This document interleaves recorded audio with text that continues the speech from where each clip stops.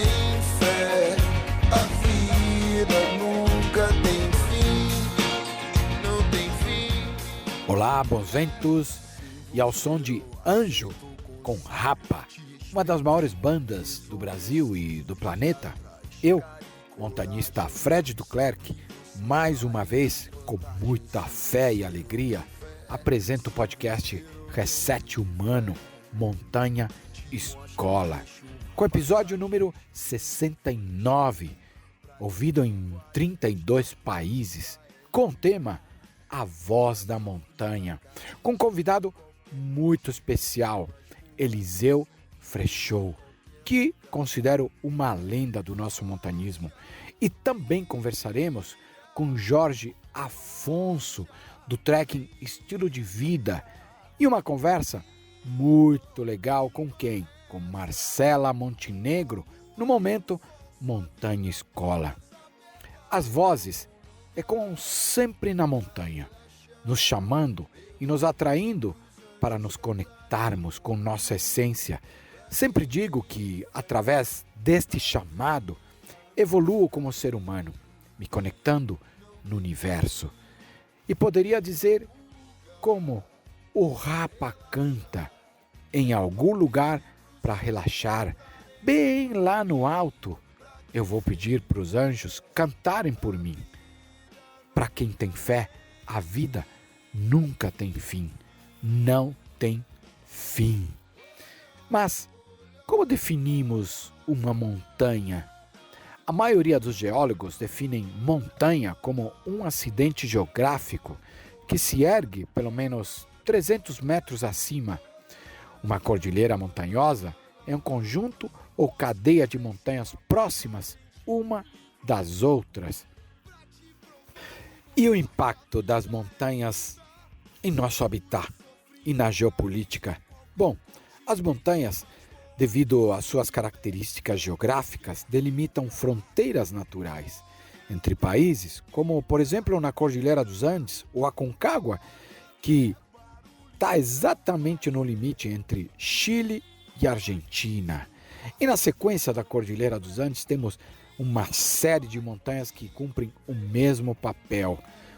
A sua altitude pode influenciar padrões de clima, né? Um padrão de clima regional, e criar uma cultura local, assim como o povo andino, a cultura andina, a cultura dos Andes, como por exemplo, no Peru temos culturas milenares. Quando falamos dos Incas, estamos falando de um povo praticamente contemporâneo, mas lá temos civilizações de mais de 10 mil anos, com os moches, os chavins. E como se formam as montanhas? As cordilheiras mais altas do nosso planeta formaram-se quando as placas tectônicas se chocaram e se elevaram.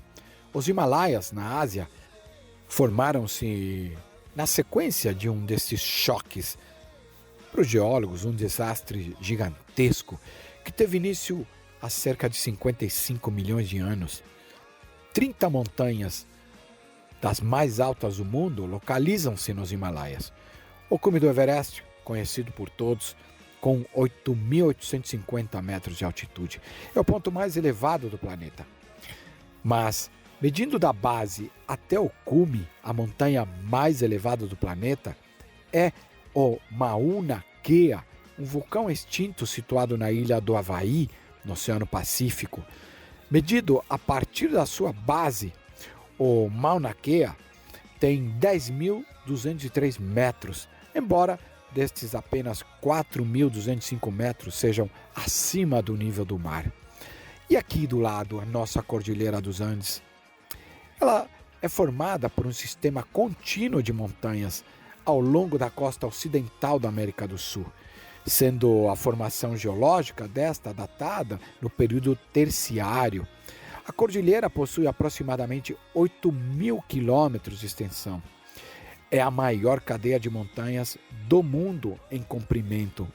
E em seus trechos mais largos chega a 160 quilômetros, do extremo leste ao oeste. Sua altitude média gira em torno de 4.000 metros e seu ponto culminante é o Monte Aconcagua, com 6.962 metros de altitude. Mas quando afirmamos a voz da montanha, podemos dizer que o ser humano atende seu chamado, o chamado da montanha, através do montanismo, da escalada, da mountain bike e suas diversas formas e modalidades de acesso até ela. Este episódio tem o apoio da Corus Brasil, marca americana de relógios GPS multiesportivos com alta tecnologia e qualidade. Eu, montanista Fred Duclerc, uso o Apex Pro com GPS, oxímetro, altímetro, barômetro, cardio e outras funções. Também este episódio tem o apoio da Aventure Box, que é uma plataforma de atividades outdoor e aventuras na natureza.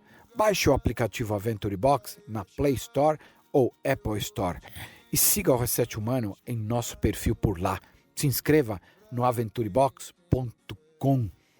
Aqui no projeto Reset Humano, a história é contada a partir de histórias de vidas inspiradoras. E agora, meu amigo Eliseu, muito obrigado por ter aceitado participar do podcast Reset Humano. Sua história, sua rica jornada tem que fazer parte da história do Reset Humano. Obrigado novamente, Eliseu. Olá, Fred. Muito obrigado pelo convite de estar participando do Reset Humano. Seu projeto eu venho acompanhando há algum tempo. Ouvi vários podcasts muito legais. Eu acho muito bacana essa discussão filosófica a respeito da escalada, do montanhismo. As pessoas estão entrando no esporte cada dia mais.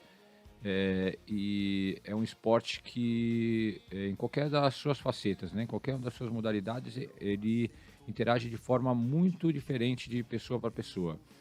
E a forma como elas respondem a esses estímulos, as experiências que elas têm na montanha, as pessoas que elas conhecem nas montanhas são muito diferentes de uma para outra. Então, essa troca de filosofias, de percepções é muito importante para o crescimento da escalada e do montanhismo como uma atividade tão essencial para a vida quanto lúdica também, né?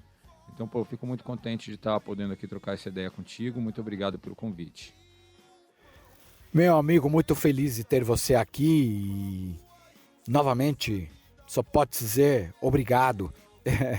E vamos para as perguntas? Eu vou pedir pros anjos cantarem por mim. Pra quem tem fé, a vida nunca tem fim, não tem fim.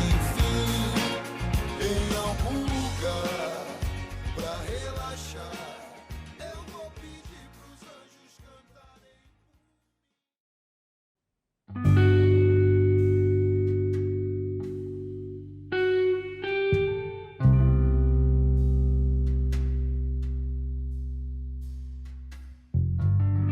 Meu amigo Eliseu, quero de novo dizer que tenho uma enorme admiração e respeito pelo seu trabalho, pela sua história, pela forma de pensar e que considero você uma lenda aqui do nosso montanismo. E te pergunto, o que falta para sermos um país que ama escaladas? Poxa, Fred, obrigado.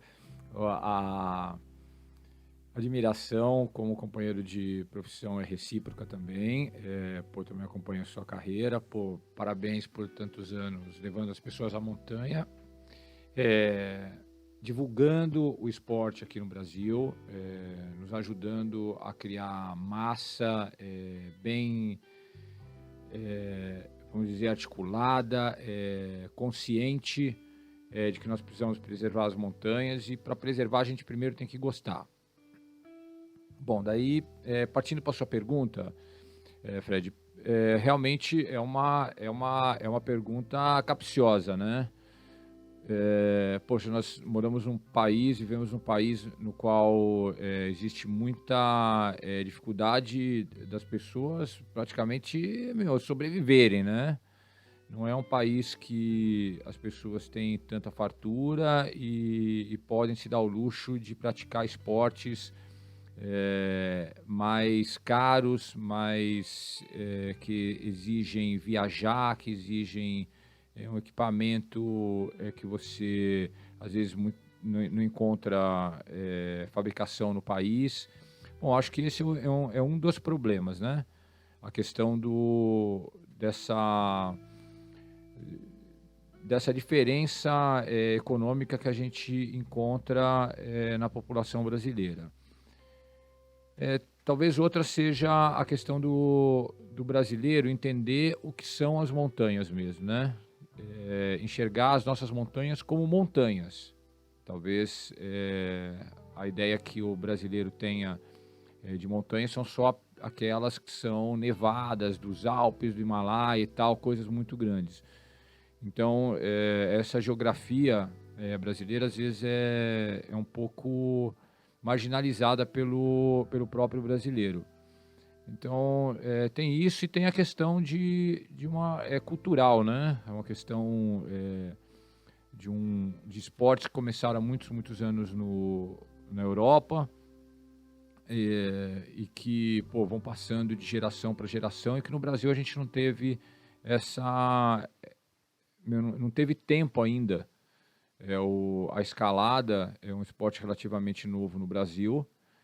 Não tão novo, mas como um esporte de massa que seja mais acessível às pessoas, à medida que nós começamos a ter empresas que fabricavam equipamento no Brasil, desde anos 70, 80, né, começou de forma incipiente, mas começou a se fabricar alguma coisa aqui, e então ainda é um pouco recente, eu acho.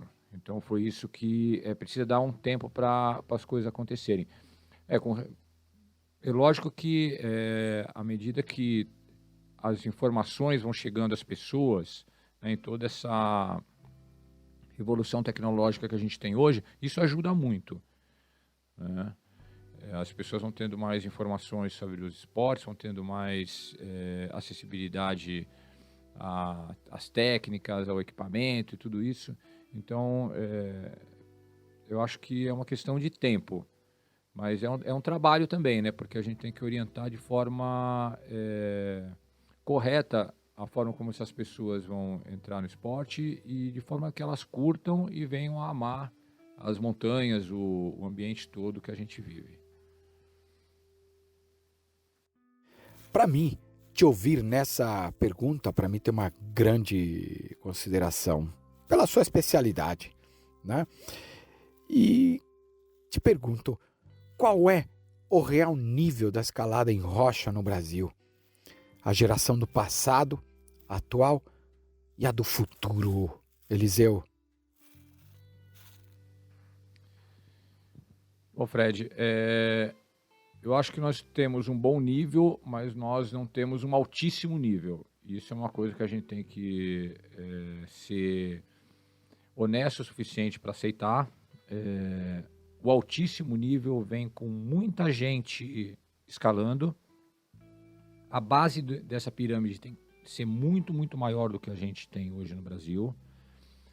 Qualquer cidade americana que tenha por perto um centro de escalada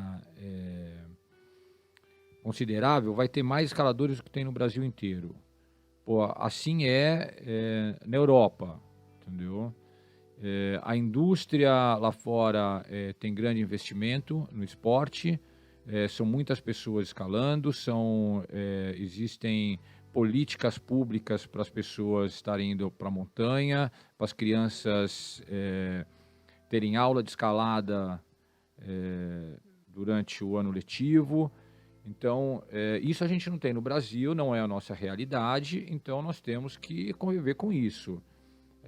O atleta brasileiro é um cara que pena para pagar suas contas, é um cara que tem que abrir mão de um monte de coisa, de fazer uma faculdade, de fazer de ter uma vida, às vezes, até melhor fazendo outra atividade. É um cara que se dedica ao esporte por amor, mas tudo tem limite. O cara tem que ter uma vida decente, o cara tem que ter uma vida honesta, então ele tem que trabalhar e lutar pela sua subsistência. E, obviamente, que a partir do momento que o cara tenha que dividir o tempo que ele deveria estar treinando, que ele deveria estar se dedicando ao esporte para a própria subsistência, isso vai afetar a performance dele.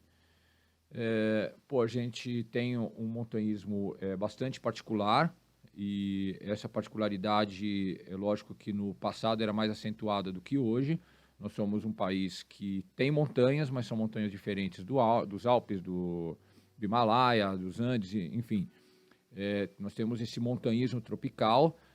Nessa modalidade da escalada em rocha quente, do calor, da floresta, da umidade, a gente se destaca, mas é diferente, principalmente quando a pessoa leva em consideração ou tem como modelo a escalada de montanhas nevadas. Poxa, isso não é o nosso ambiente. Acho que dificilmente um escalador brasileiro vai ser bom na escalada de gelo, vai se destacar na escalada de altitude se ele não sair do Brasil. Né? Assim como em outros esportes, os atletas vão embora do Brasil por melhores condições de treino. Isso também acontece na escalada. Não dá para você ser bom numa modalidade no qual a matéria-prima está tão longe, né? Se for pensar, as montanhas geladas mais próximas do Brasil estão na Bolívia, né? Cara, não dá para ficar viajando todo final de semana para lá.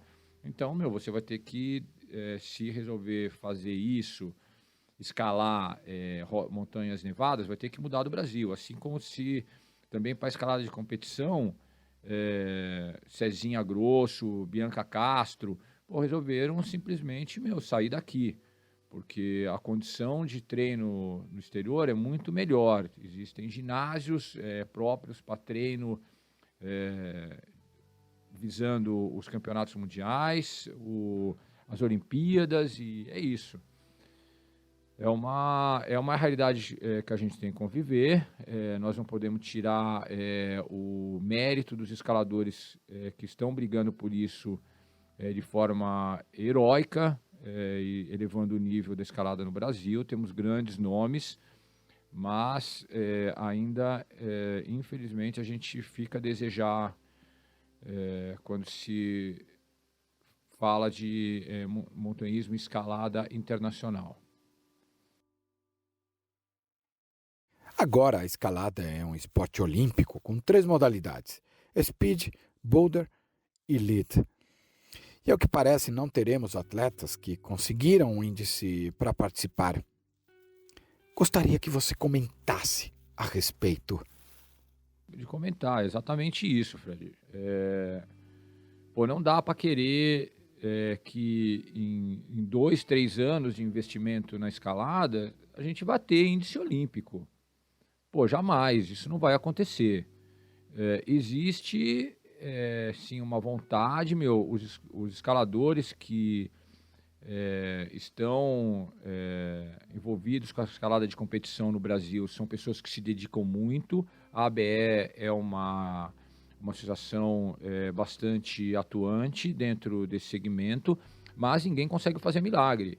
Cara, a gente não pode pedir que esses escaladores, de uma hora para outra, de uma hora para outra, eu digo, poucos anos. Isso não é uma coisa de 2, 3 anos, não. É um treinamento, é um processo que acontece durante décadas, né? E isso sim vai fazer com que o Brasil obtenha esse índice olímpico para participar de umas Olimpíadas de escalada. Obviamente que a gente sabe que é a primeira vez que o Brasil, quer dizer, que acontece a modalidade de escalada nas Olimpíadas, mas já há muitos anos existem as Copas do Mundo, o Mundial de Escalada, e os outros países investiram sempre muito nessas modalidades. E, na verdade, são os mesmos atletas que hoje vão participar das Olimpíadas.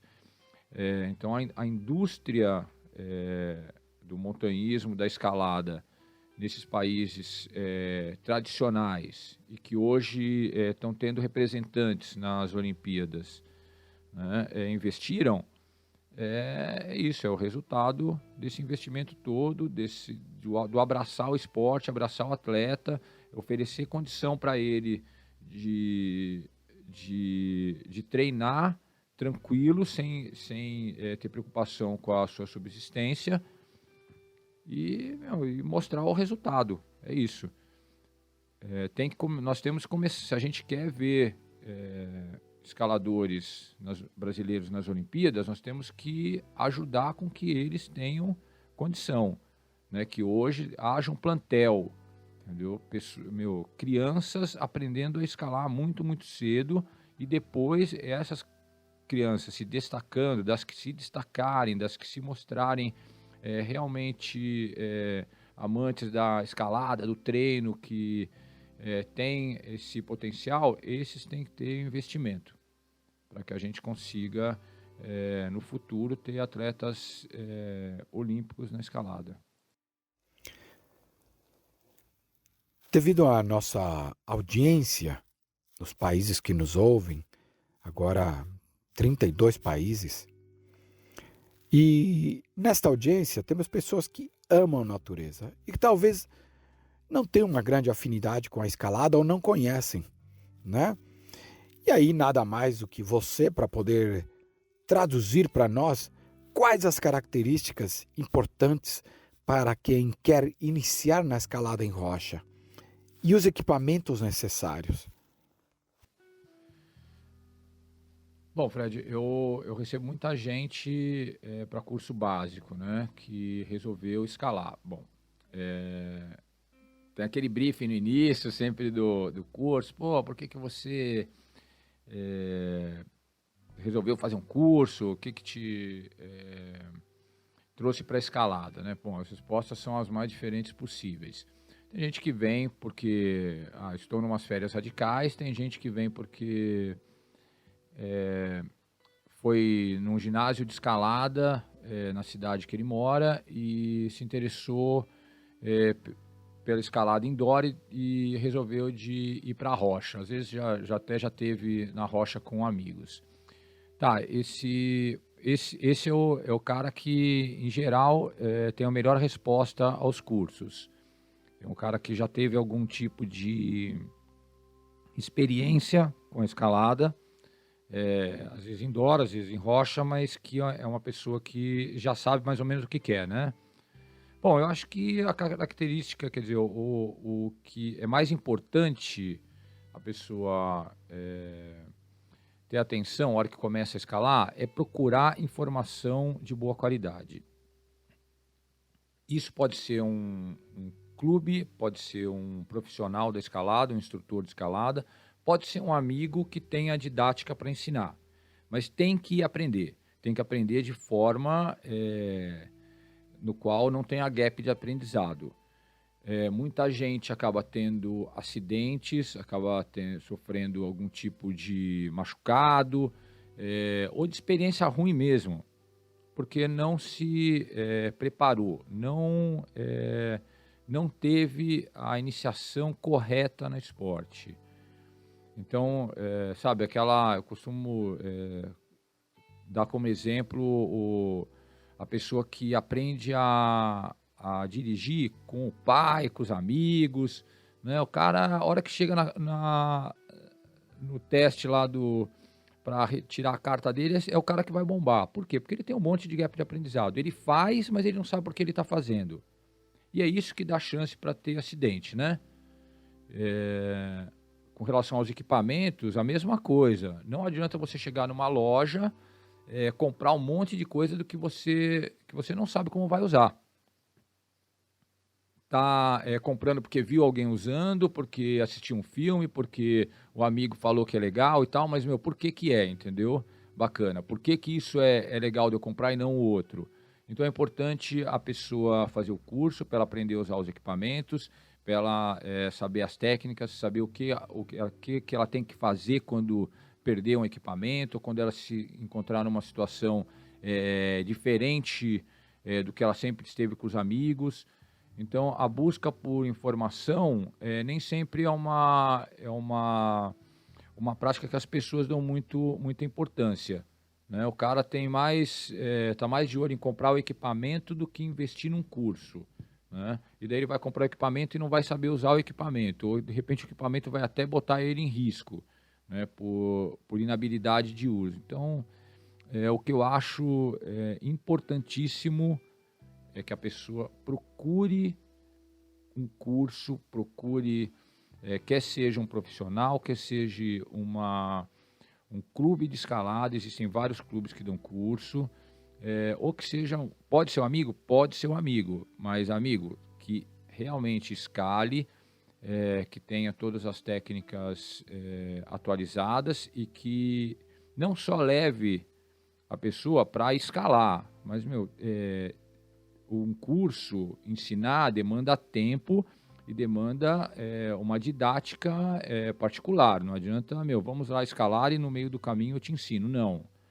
Tem que parar, isso é uma corda, isso é o nó 8, esse é o freio, como que você usa, se você perder o freio, o que acontece, ou como é que você faz, como que você vai improvisar de forma segura.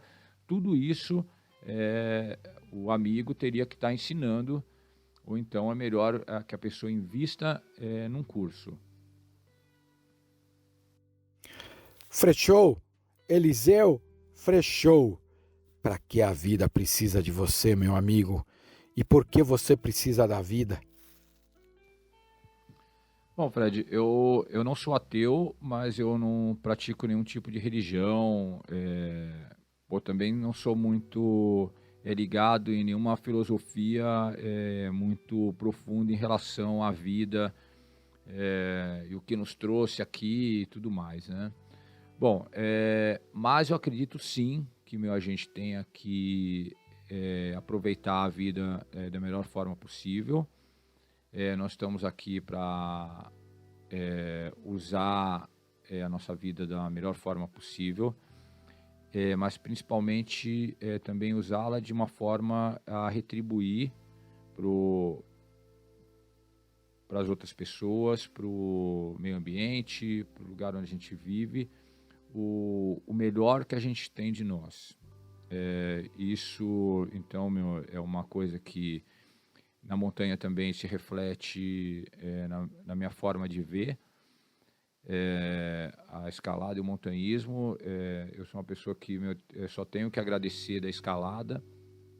Eu cheguei em São Bento do Sapucaí em 89, com 20 para 21 anos, com uma corda e meia dúzia de mosquetões. O que eu tenho é o que eu construí, os 3 filhos que eu criei, todos foram criados, e tudo que eu consegui foi sempre com que eu retirei do montanhismo, e na medida do possível eu acredito que eu também retornei isso, né, na forma de ajudar as pessoas a estarem se encontrando dentro da escalada. Eu acho que a gente tem que, de alguma forma, ser ativo, proativo, de maneiras que contribuam de forma o mais permanente possível para a nossa comunidade, que é sendo abrindo vias que outras pessoas vão estar curtindo, e você não vai ganhar nada com isso, que seja mantendo os points de escalada abertos, que também talvez você não tenha nenhum tipo de retorno com isso, mas a comunidade vai ter. Então é isso, não só incentivar, não só ensinar, não só, vamos dizer, fazer com que as pessoas se deslumbrem pelo esporte, mas de uma forma o mais concreta possível, deixar alguma coisa para quem está vindo depois, entendeu? O que é que seja, entendeu? Construa vias de escalada, construa trilhas, mapeie, faça guias, faça livros, contribui e deixe alguma coisa para o futuro, entendeu? Concreto, que as pessoas que venham depois podem se sentir estimuladas a ter a mesma boa experiência que você tem, né? Então, a gente, da medida que a gente recebe, a gente tem que dar.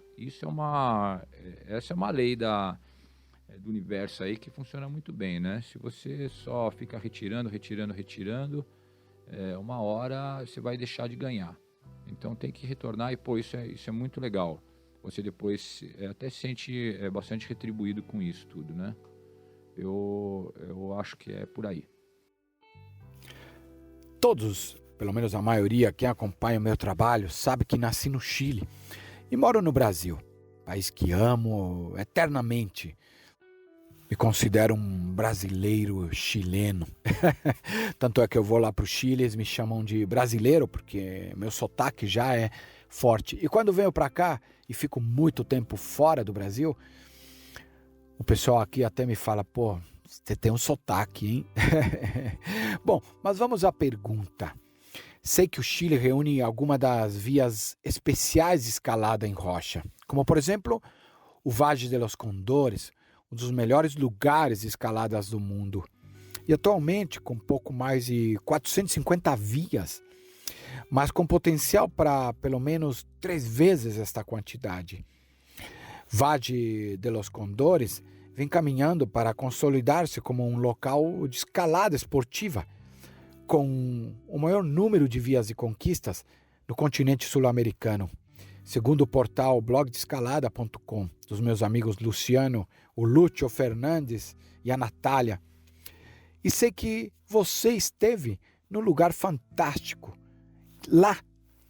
Conta para nós sua experiência neste paraíso.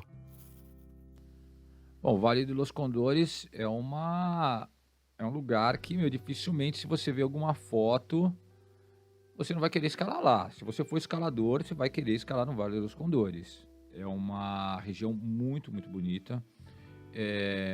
Apesar de estar perto de uma estrada, é ainda uma região selvagem. O camping é selvagem, tem uma estrutura mínima, que é um abrigo que não tem, na verdade, não tem fogão, não tem nada, não tem energia elétrica. O posto de gasolina mais próximo, sei lá, talvez a 40 quilômetros, não tem nenhum lugar que você possa comprar mantimento perto. Muito, muito legal. É um lugar que você vai ter uma escalada de alto nível. Se você gosta de escalada esportiva ou se você gosta de escalada tradicional, imóvel, você vai se divertir. E é um lugar onde a escalada é bastante moderna, porque os lugares onde exige uma proteção melhor, você vai encontrar essa proteção. As vias são bem protegidas, são protegidas com grampos em perfeito estado, grampeação moderna. Se você quiser escalada tradicional, você também vai encontrar esse tipo de escalada bastante segura, não é nada com exposição muito alta. Isso facilita a entrada de quem está começando, né, nesse universo, e também ajuda a pessoa a ir ter uma boa experiência, não só ir lá passar medo, entendeu? Ou passar nervoso porque a grampeação é ruim. É um lugar que teve um bom investimento em relação a essa estrutura da escalada, a criação das novas vias. A Ana e eu ficamos lá acho que 5 ou 6 dias. Nos divertimos muito, é um lugar que eu pretendo voltar. É muito bacana o entorno, né? Aquela estepe ali que a gente tem na Patagônia, né? Ainda não é Patagônia, é uma pré-Patagônia, mas a vegetação, o estilo é muito bacana e a rocha é de alto nível. Cara, impressionante como a rocha é boa. Nos pontos de escalada mais significativos, com certeza, da América Latina. Eliseu, 4 perguntas sobre a vida. O que te assusta? O que te entristece? O que te deixa feliz? E o que te encoraja? Bom, Fred, são perguntas com muitas respostas, né? Tá, o que me assusta, velho? Poxa, sinceramente, essa pandemia acho que assustou a todos, né? Uma coisa que veio do nada e, meu, parou o mundo, né? Retrocedeu o mundo. É uma coisa que a gente achava que ia durar algumas semanas, meu, 2 meses, tá se indo para o segundo ano. E como essa, podem vir outras. Não é uma situação que a nossa geração imaginava acontecer. E como essa, pode ter outras coisas doidas que possam acontecer. Então, a pandemia em si abriu a nossa visão para coisas que a gente jamais imaginava que pudesse acontecer e que podem vir do nada, meu, de uma semana para outra, parar o mundo e virar a nossa vida do avesso para uma direção que a gente jamais imaginava que ela ia andar, né? Então, poxa, isso me assusta. Tá, na questão mais, né, no plano mais pessoal, eu acho que o que me assusta é a possibilidade de uma hora me machucar na escalada, se é isso que de repente você está me perguntando. Machucar é uma coisa ruim, né? Às vezes talvez até mais do que morrer, eu acredito. Você morre, acaba tudo, né? Mas se machucar, como qualquer atleta que tem no âmago do seu esporte o perigo envolvido, de alguma forma, me assusta a possibilidade de me machucar. Bom, o que me entristece? Cara, eu acho que o que me entristece mais é a forma como algumas pessoas encaram o montanhismo, encaram a escalada. A escalada, Fred, sempre foi um esporte muito elitista, né, meu? Isso a gente vê, poxa, de certa forma, meu, até a própria declaração do Tirol, né? Vamos preservar tudo, mas também nunca, jamais baixar o nível da montanha para o que nós somos, mas sim elevar o nosso nível para o nível da montanha e tal. De certa forma, isso pode ser visto como uma declaração extremamente segregacionista, entendeu? Vamos colocar da seguinte forma, olha só, não é errado você usar os melhores equipamentos, as melhores sapatilhas, as melhores cordas, as melhores roupas, as melhores... o equipamento que você pode comprar com dinheiro, isso não é errado você usar a seu favor para subir a montanha.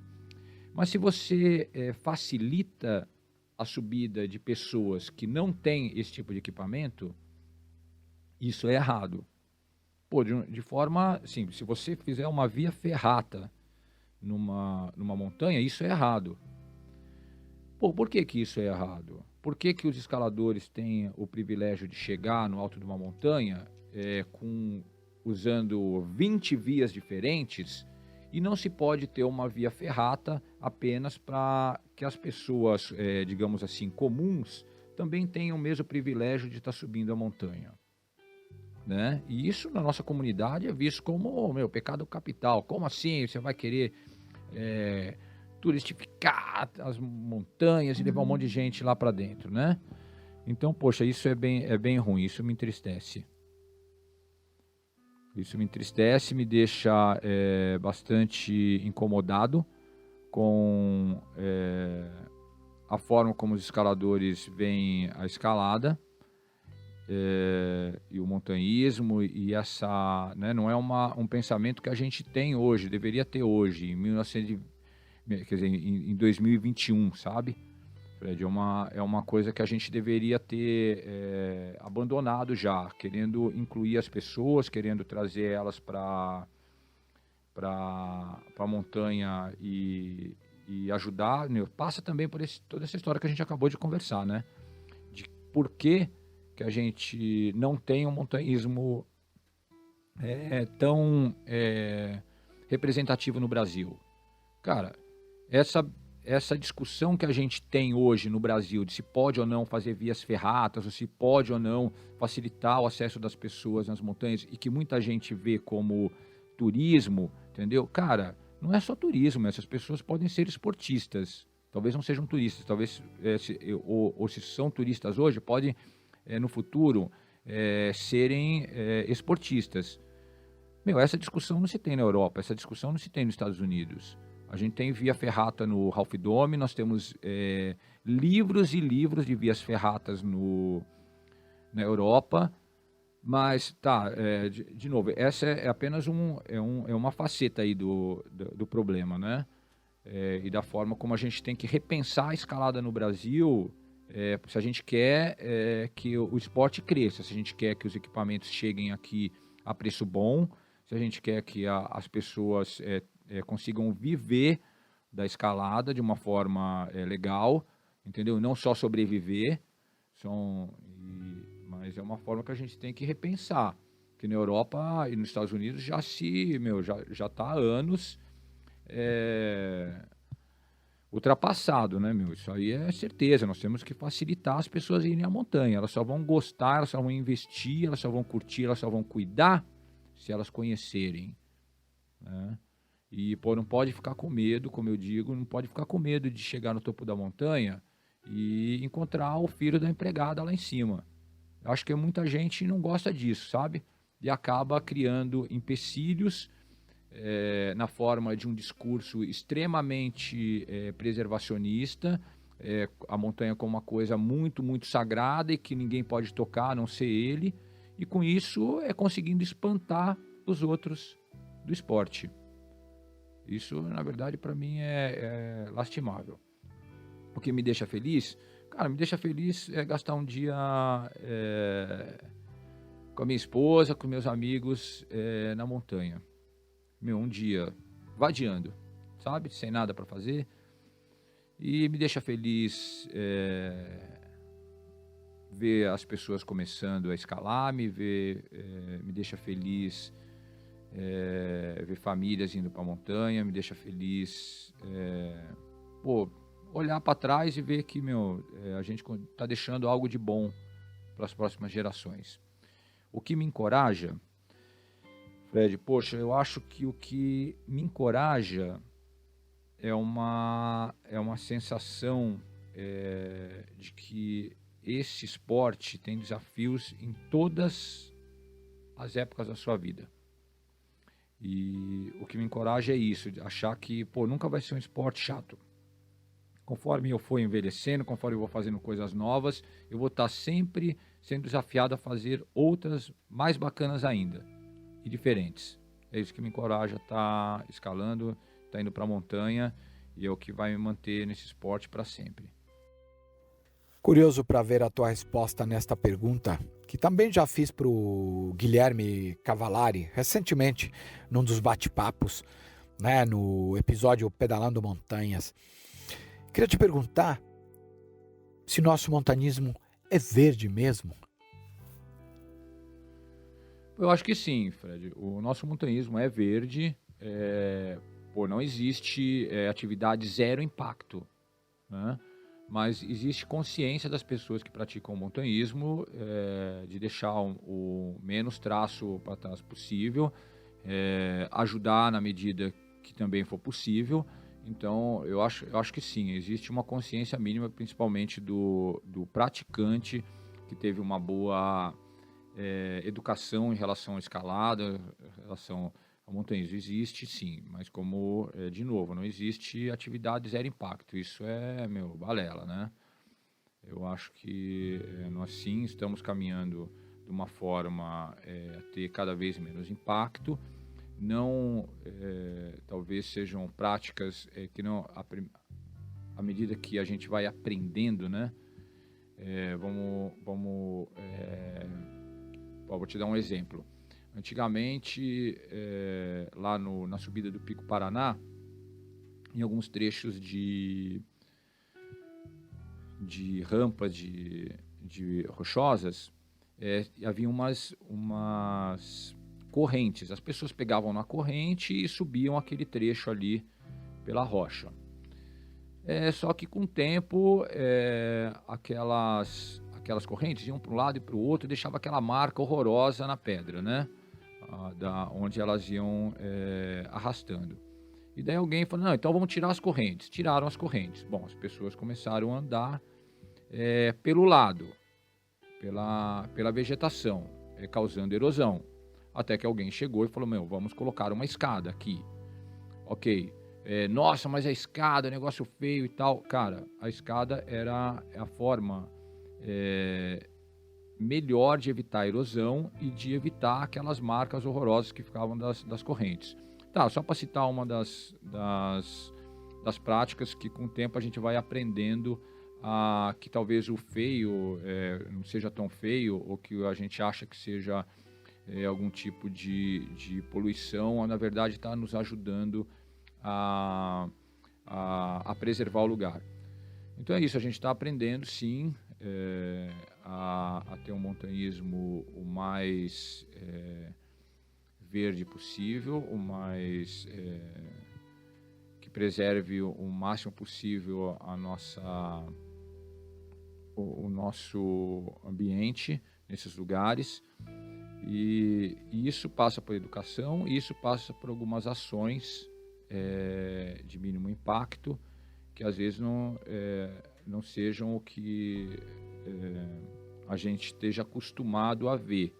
Mas a gente tem que aprender muito o que acontece de novo na Europa, nos Estados Unidos, para ver como eles estão fazendo lá e quais experiências boas e ruins que eles têm no exterior e que a gente pode trazer para cá de forma já testada. Eliseu, vamos falar de futuro?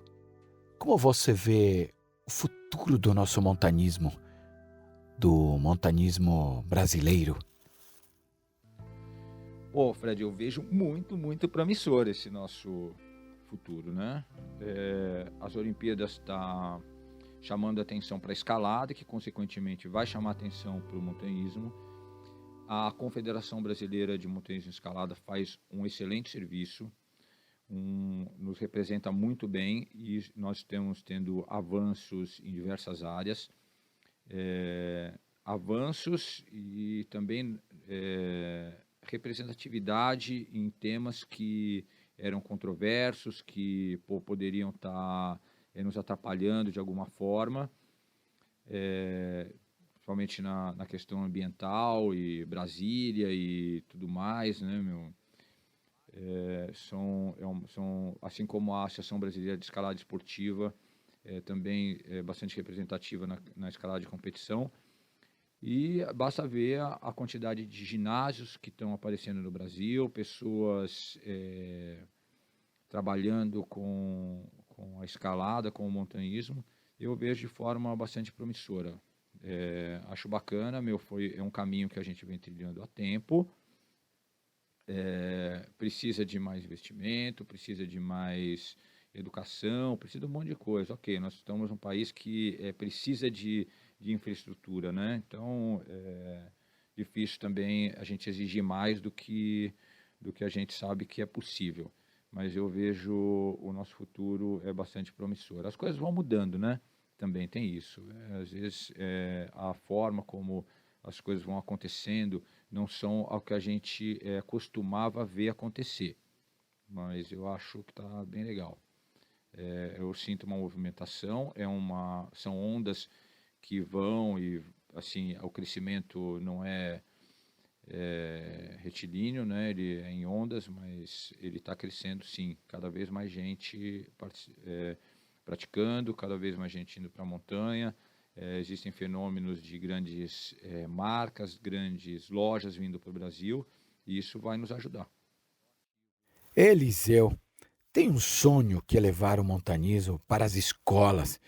E esse é um dos objetivos do projeto Reset Humano. O que você acha de ensinar escalada nas escolas, assim como trekking, camping, etc., principalmente em cidades aos pés da montanha, como na região da Mantiqueira e outras regiões que temos pelo país? Pô, Fred, eu acho que é um projeto que você tem que tocar, é um projeto que já foi inserido em algumas escolas brasileiras. Escola da Vila, meu Colégio Magno, pô, foi de um projeto assim que saiu o Cezinha Grosso, né, que hoje é um dos caras que mais está mandando aí, tanto na escala de competição quanto na escalada em rocha de extrema dificuldade. É isso. Se você tem plantel, no futuro você tem grandes atletas. É só assim que nós vamos crescer. Acho que mais vale vários murinhos em escolas primárias, entendeu? Do que grandes estruturas visando poucas pessoas. Cara, a gente tem que ter plantel, cara. A gente tem que ter crianças começando a escalar, pegando gosto. Pô, basta ver agora nas Olimpíadas, né? As meninas que ganharam no skate, 13 anos, meu. Como assim? Primeiro e segundo colocado, né? Acho que, as três primeiras, com 13 anos de idade. Cara, é por aí mesmo, tá? O caminho é esse. Eu sou de acordo, eu te apoio completamente, meu velho. O que você gostaria de falar que eu não te perguntei, Eliseu? Bom, Fred, eu acho que falta as pessoas, principalmente os montanhistas e escaladores mais antigos que eu digo começaram a escalar há 10 anos. 10 anos já é uma eternidade no nosso esporte, um esporte que é muito dinâmico. Às vezes falta das pessoas, volta e meia, virar a chave para saber o que está acontecendo na escalada, no mundo, saírem do métier que elas frequentam, dos mesmos amigos, sempre ver o que está acontecendo. Muitas das discussões do nosso esporte, principalmente as discussões filosóficas, né, são fomentadas por pessoas que acreditam que o esporte não mudou desde o tempo que elas começaram a praticá-lo, né, há 30 anos atrás. Poxa, eu escalo há 37 anos, Fred. É uma eternidade, cara. E eu já vi as discussões mais toscas possíveis, se você for pensar hoje. Pô, discussões do tipo, esses escaladores esportivos que ficam treinando e usando calças de lycra são os caras que parecem uns touros sem bola, entendeu? E estão acabando com a escalada. Essa é a morte da escalada. Assim como depois vieram N discussões doidas, se você pode ou não ficar malhando uma via em top rope para depois mandar ela, se isso está valendo. Não, só vale o on-site. Só vale se você escalar a via a primeira vez sem cair. Se você ficar treinando muito, você não merece dizer que você escalou aquela via. Cara, são coisas bem idiotas, né? Se você for pensar depois de um tempo, esses pensamentos mudam. A mesma forma a inclusão na escalada. Cara, a gente tem que ser um esporte que, agrega as pessoas. A gente não pode ser um esporte que pune o iniciante. Você só merece estar lá se você souber tudo, se você souber se orientar, se você souber fazer todas as técnicas. O que seria de você que vai na falésia apenas se divertir se você fosse lá para a Patagônia? Amigão, talvez esse cara que esteja indo para escalar na falésia, ele não tenha a mínima intenção de ir para a Patagônia. Ele só quer ir lá e se divertir com os amigos, ter um dia bacana com a família dele, entendeu? E é isso. Hoje, a gente está vendo hoje, cada vez mais, famílias indo para a montanha. E nós temos que agregar essas pessoas, temos que chamar essas pessoas para o nosso meio, justamente para poder orientá-las de uma forma legal e tudo, e não punir, né?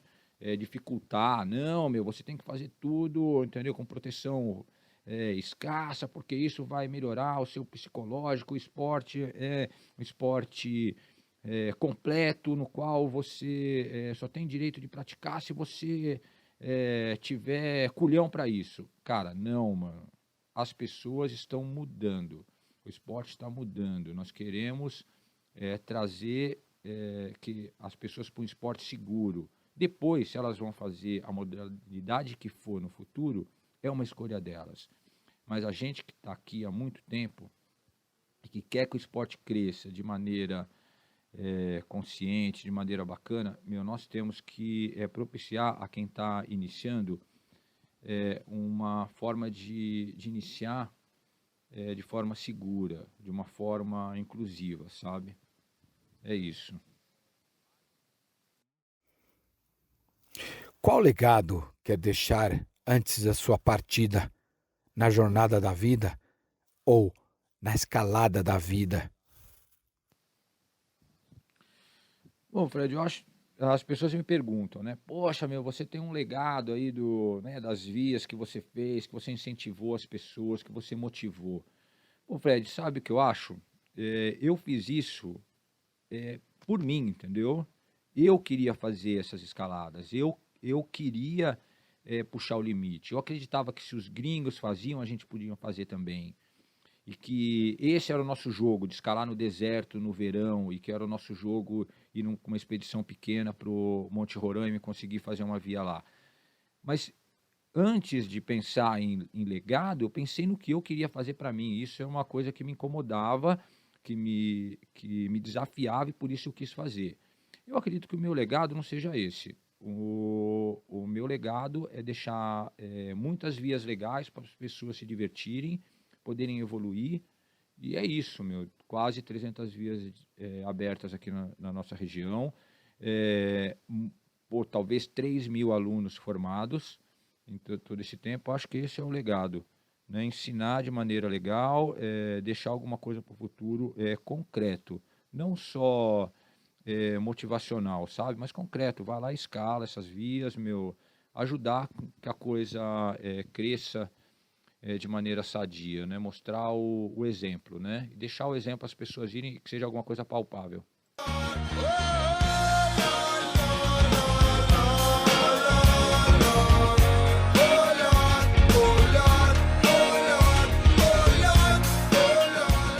Eliseu, e agora quero te convidar a acompanhar um momento Montanha Escola com a Marcela Montenegro, que vai bater um papo com o Jorge Afonso, do Trekking Estilo de Vida.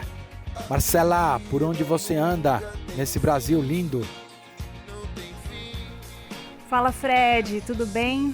Olha só, primeiramente é uma alegria estarmos aqui em mais um episódio do Montanha Escola para fomentarmos o montanhismo brasileiro. Muito bacana o seu bate-papo com Eliseu Frechot, que é um nome super importante dentro da escalada. Agradeço a galera que nos ouve. É uma honra tê-los conosco. Hoje eu estou por São Paulo e eu ter a alegria de conversar com o Jorge Afonso, que é fundador do Trekking Estilo de Vida, um amigo muito querido. O Trekking Estilo de Vida é uma comunidade muito atuante nas mídias sociais e tem o objetivo de propagar a aventura, a preservação, a natureza. Então, Jorge, seja muito bem-vindo, se apresenta para o pessoal.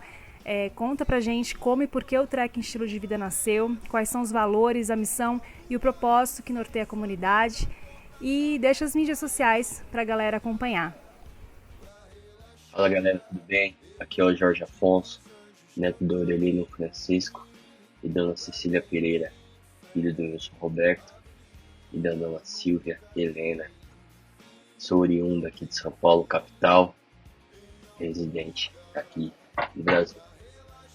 O trekking nasceu por volta de 2015, idealizado, baseado em tudo que eu já vivi desde criança. Ou seja, já fazia trek desde criança e não sabia. Naquela época, meus avós levavam para caminhar na floresta, no meio da natureza, deslumbrando aí tudo que a mãe natureza tem a nos fornecer. Então, desde aquela época, eles já cultuavam o poder que a natureza tem, né? São de Minas Gerais, então imagina como é que é. Então eu já fazia trek e nem sabia. E daí essa inspiração para criar o trek como estilo de vida, né? Vai muito, muito além disso, né? O propósito de criar o trekking como estilo de vida é levar como missão a preservação da natureza, a A gente precisa, nós como sociedade precisamos ter valores também na natureza. Não adianta a gente algo, cultuar um estilo de vida perfeito na cidade, dentro da sua casa, no apartamento, e chegar na natureza e destruí-la, porque no final no final do seu evento você vai embora e a natureza vai ficar lá. Mas você vai um dia voltar, outras pessoas vão voltar, irão voltar. Por isso precisamos ter essa consciência de que precisamos manter os valores em qualquer lugar e principalmente na natureza. O propósito do teste de vida é esse, é preservar a natureza, preservar o nosso meio ambiente, que é o que vai nos manter vivos aqui nessa terra. Hoje a nossa mídia social, ela está aí no Instagram, Facebook, Twitter, YouTube, só procurar como Trekking Estilo de Vida. O projeto Reset Humano, ele veio aí para somar também sobre essa necessidade de introspecção do ser humano, com esse foco no mundo outdoor. É um prazer aí compartilhar um pouco de conhecimento e aprender muito com vocês. Jorge, nos últimos quase 5 anos, você vem fomentando a cultura e o movimento dos trekkers ao redor do Brasil através das mídias sociais. Conta pra gente qual tem sido a sua percepção até aqui e qual a sua aposta para o futuro. A minha percepção nos últimos tempos, através da mídia social, do mundo trekking, é que precisamos melhorar muito, né? Caminhamos pouco em relação a isso. A gente tem uma grande gama de turistas vindo para o mundo outdoor, querendo experimentar essas aventuras, esse estilo de vida, né? A montanha é um estilo de vida. Então a gente precisa melhorar muito, a gente precisa pensar como sociedade na trilha, porque a trilha nada mais é do que um reflexo da sociedade no nosso cotidiano. Na trilha a gente vai encontrar todo tipo de pessoa, todo tipo de mente pensante. Então precisamos pensar como sociedade e agir com ética moral, partindo do princípio que vamos voltar ali, outras pessoas vão voltar ali e aquilo precisa estar intacto. Aquele lugar não precisa de nós que precisamos dele. A aposta para o futuro é que esse novo modelo de pensamento como sociedade traga frutos para que os nossos filhos possam usufruir também dessa natureza linda que o Brasil tem, principalmente na montanha. Por que, na sua opinião, devemos iniciar atividades outdoor como o trekking? E quais os benefícios de tornar esse esporte um estilo de vida? As atividades outdoor, como o trek, por exemplo, ela encurta o espaço entre você e a natureza. Uma coisa é você ter na sua casa, no seu apartamento, uma samambaia, uma planta que te dá paz ali no dia a dia. Outra coisa é você caminhar no meio da natureza, aquela imensidão de aquela floresta rica em biodiversidade. A energia que emana ali dentro é extraordinária, e você caminhando por ali você enriquece a sua alma. Então eu sou meio suspeito para falar, mas os benefícios são inúmeros. Psicologicamente falando, você fica mais leve, você volta mais leve para o seu cotidiano, com muito mais força, com muito mais energia. Como podemos lidar com as superlotações e degradação dos ambientes naturais por parte do público desinformado ou, entre aspas, aí, mal educado? Você disse tudo. Um público desinformado ou mal educado. São pessoas, partimos do princípio que são pessoas boas, né? Pessoas que na sociedade são educadas, são do bem, mas que chegam na natureza, acha que ali pode jogar um papel no chão, pode quebrar um galho, pode usufruir daquela natureza e voltar para a sociedade como se fosse como se a natureza fosse um serviço à sua disposição. E não, como eu já havia dito no começo, a natureza não precisa de nós que precisamos dela. E a gente precisamos pensar como sociedade na natureza. Alguns parques precisam rever a sua forma de condução. A política de meio ambiente precisa rever esses locais que têm superlotação e conscientizar, né? A parte de política ambiental tem a sua parcialidade, e nós que praticamos o trekking, o hike, precisamos também ter a nossa parte nessa educação. Olhar para o amigo, convidar um amigo, ensiná-lo a agir de forma consciente na natureza, dando exemplo. Não precisamos apontar, não precisamos ser a régua que vai dizer o que é certo e errado, e sim dando exemplo e aprendendo também com todos que já estão lá há muito tempo. Agora, sobre o poder da comunicação, eu já te falei, te acho um excelente comunicador, né? Marketing verde e marketing social. Na sua opinião, qual é o papel das marcas, federações, organizações e demais entidades do setor público e privado na geração de uma nova cultura no meio outdoor? E enquanto sociedade civil, a gente tem despertado para o avanço? Marcela, de um modo geral, ainda não. O marketing verde ele está iniciando ainda, está engatinhando, enquanto lá fora, fora do Brasil, eles já estão muito na frente, entenderam que precisam atrelar a sua marca a uma preservação ambiental. Aqui no Brasil ainda não. Aqui no Brasil ainda se espera muito, se foca muito na área comercial e se esquece de que sem a natureza a gente não vai a lugar nenhum. Precisamos avançar muito, muito. E a marca, ela tem a marca, empresa, federações, órgão governamental, ela tem um papel fundamental nessa questão. Através de políticas públicas, através de ações da empresa privada, que vai melhorar. Hoje em dia, a nossa sociedade, ela está olhando, a nossa sociedade, que eu digo, a toda a comunidade de trekking e montanha do Brasil, ela está sim começando a olhar para empresas que preservam, para empresas que de alguma forma têm um olhar para o meio ambiente. Então, fica a dica aí para que as empresas evoluam, né? Evoluam nesse pensamento de que sem a questão do meio ambiente, elas vão ficar para trás. Jorge, de todos os lugares que a galera compartilha com vocês para repostarem via IG Trekking Estilo de Vida, deixa pra gente uma opção de trekking que você considera assim imperdível.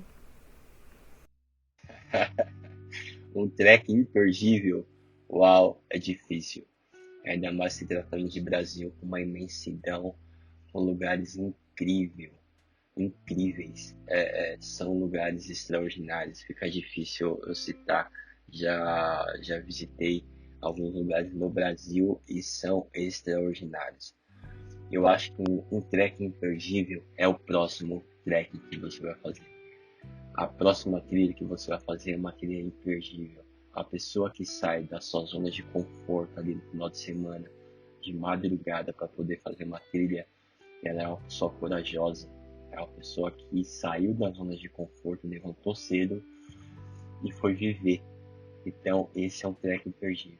Não deixe de trilhar, não deixe de usufruir conscientemente de uma floresta tão linda, de um lugar tão bonito que temos aqui no Brasil, né?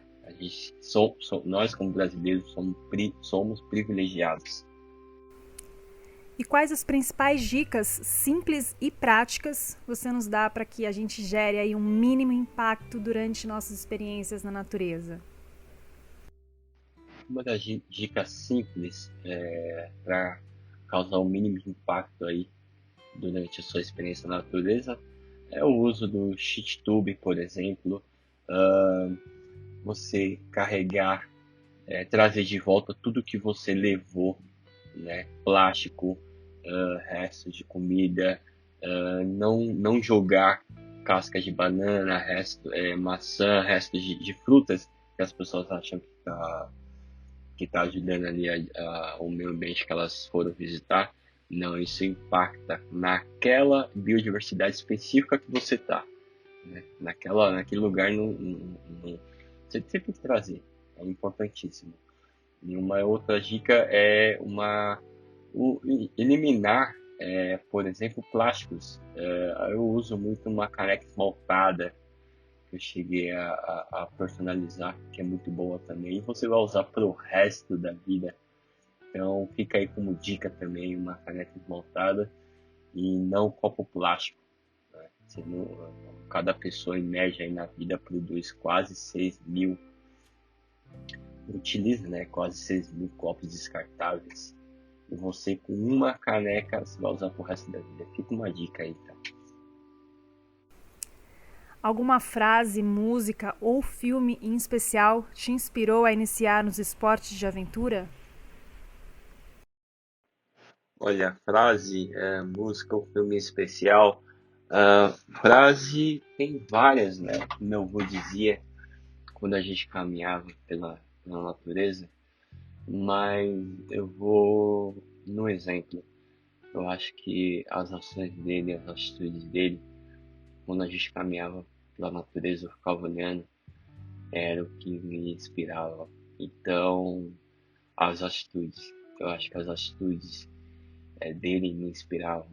A forma como ele olhava pela floresta, a forma como olhava para a orquídea, para várias outras espécies, para os animais, por onde a gente passava. Então, as ações dele me inspiram muito. Por isso que eu bato na tecla. Temos que inspirar as pessoas com ações, né? Então, temos que ser exemplo, temos que caminhar pela natureza e inspirar pessoas, porque todos precisam, são muitas pessoas, elas precisam ver também, têm o direito de usufruir disso também, mas de uma forma consciente, e precisamos inspirar essas pessoas. Agora eu vou fazer com você um jogo de palavras, Jorge. Então, por gentileza, responda com uma palavra ou uma frase curta o que melhor representa para você os seguintes termos. Primeiro, Brasil. Brasil, minha origem, meu berço. Aventura. Aventura? Viver. Viver é uma aventura constante. Representatividade. Representatividade? Meus avós. Ponto. Comunicação. Comunicação? Essencial, extremamente essencial para o bem da sociedade. Precisamos nos comunicar. E empatia. Trekking. Trekking? Estilo de vida.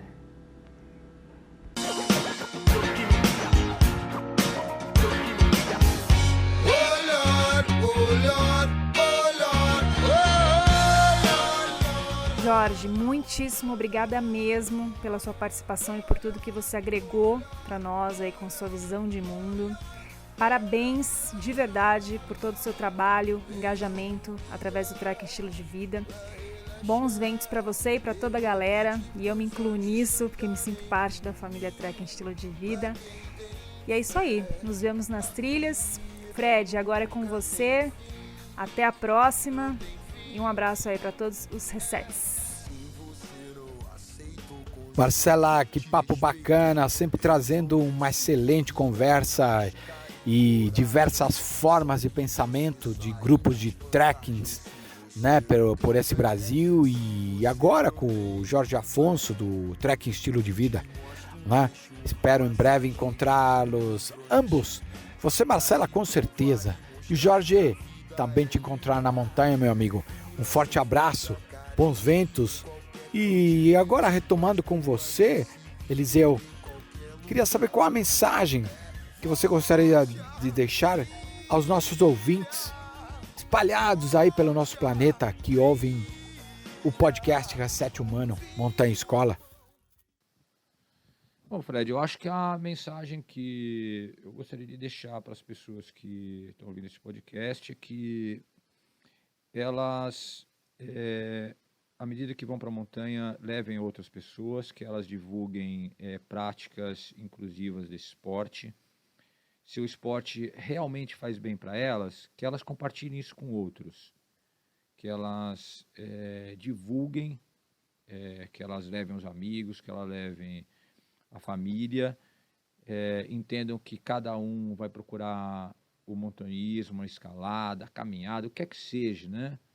Por motivos diferentes, entendam isso e que abracem essas pessoas, vamos lá e vamos fazer tudo da forma como você se sente bem, é assim que se preserva, é assim que se caminha aqui, é assim que você vai ter essa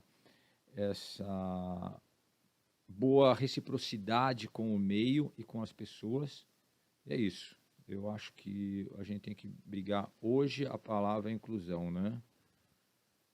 Muita gente entrando, nós queremos que essas pessoas venham para o esporte, sejam nossos amigos, nossos parceiros, para que o esporte cresça e que a gente cada vez tenha mais trilhas, mais vias, mais lugares para ir, preservados, bacanas, e é isso.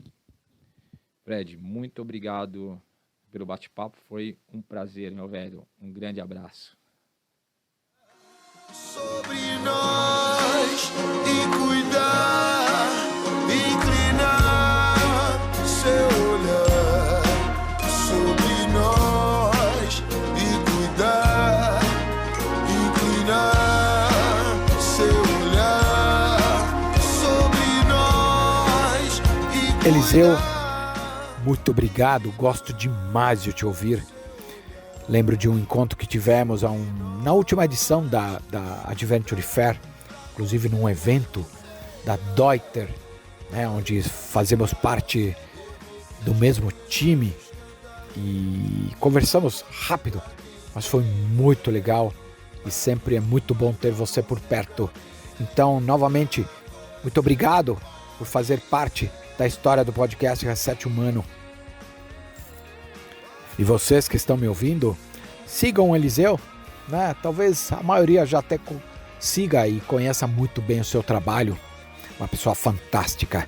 Bom, o projeto Reset Humano tem o DNA no convívio com a natureza na montanha e visa desenvolver o ser humano, dando um reset, gerando aprendizado e conhecimento para desenvolver a sociedade, impactando de maneira positiva na natureza, em nossa casa no planeta Terra. E para você que me ouviu até este finalzinho aqui, muito obrigado novamente, graças. Espero que tenham gostado desse bate-papo riquíssimo com o Eliseu Frechot. E sigam também nossas redes sociais no Aventure Box, no Instagram, no YouTube, no LinkedIn, no Facebook, no canal Telegram.